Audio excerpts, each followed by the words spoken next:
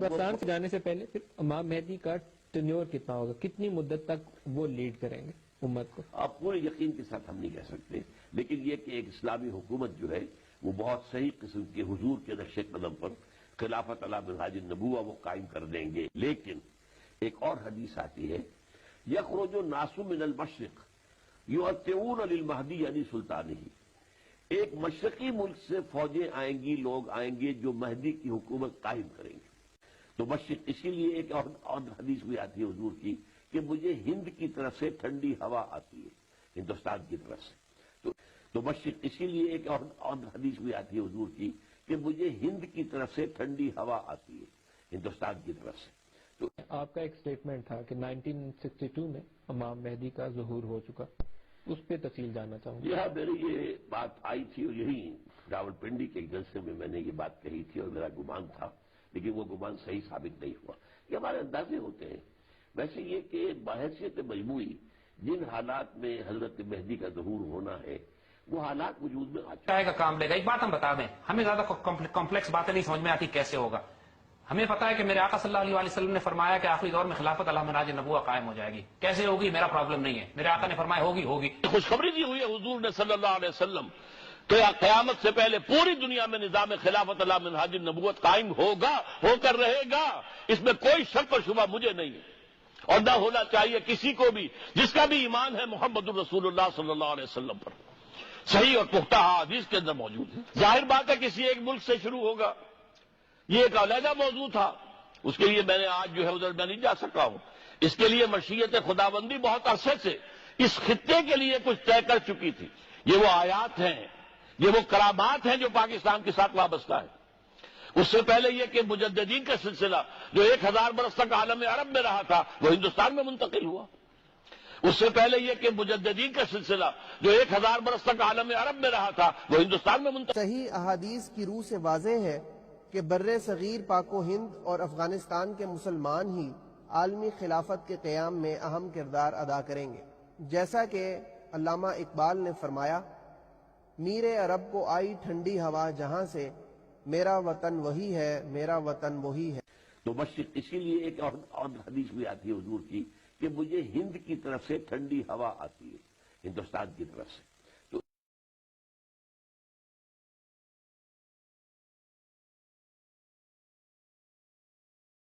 کس نے؟ عیسائی مشنریز کو ساتھ مناظرے کر کے غلام احمد نے انہیں شکستیں دی۔ اچھا۔ اور ایک زبردست جو ایک وائلنٹ تحریک اٹھ گئی تھی، یہ ستیارتھ پرکاش کا جو مصنف تھا، آریہ سماج، تو آریہ سماج کے لوگوں سے بھی اس نے مناظرے کیے اور انہیں شکستیں دی۔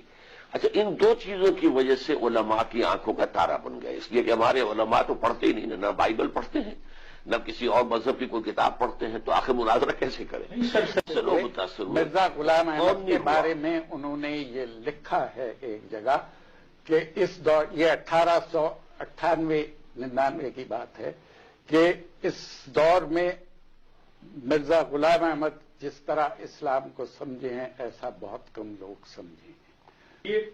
اور جو آپ نے جملہ نوٹ کیا ہے، میں نے اس کے برعکس یہ سنا ہے کہ انہوں نے کہا ہے کہ اگر کوئی شخص آج اسلام زندہ دیکھنا چاہے تو قادیان میں جا کے دیکھے۔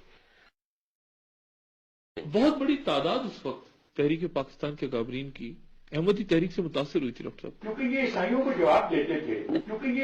جواب دیتے تھے، تحریک پاکستان ہی نہیں، خود جو ہے مولانا ابوالکلام آزاد، مولانا ثناء اللہ امرتسری، اصل میں یہ ایک خاص دور تھا جب کہ اسلام کے خلاف ایک تو غلام رسول مہر، یہ متاثر تھے، یہ خود تھے، یہ غلام رسول مہر اور عبدالمجید سالک احمدی تھے۔ خود بحجت الوداع پہ آ جائیں، یہ گلوبل نبوی آرڈر ہے، میثاق مدینہ اقلیتوں کے پروٹیکشن کا آرڈر ہے، مواخات مدینہ بہترین معاشی پالیسی ہے، صلح حدیبیہ ایگریمنٹس اور ڈپلومیٹک افیئرس کے لیے رول ماڈل ہے۔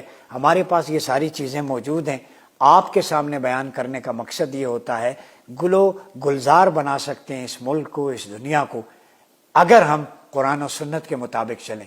پیس اور انکلوسیونیس کا خوبصورت ماڈل جتنا آپ صلی اللہ علیہ وسلم کا ہے، رہتی دنیا تک، قیامت تک اس سے خوبصورت ماڈل جس پر اتفاق ہو سکے آپ کو نہیں مل سکتا۔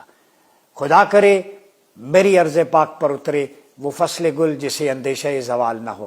اللہ کرے پاکستان اسلام کا ایسا قلعہ بنے کہ ریاست طیبہ اور خلافہ علی منہاج النبوہ کے دور کی یاد تازہ ہو جائے اور یہیں سے وہ خوشبو خلافت پوری دنیا میں پھیلے. ہم تو رکھتے ہیں مسلمانوں کا دین، دل سے ہے خدا میں ختم المرسلین.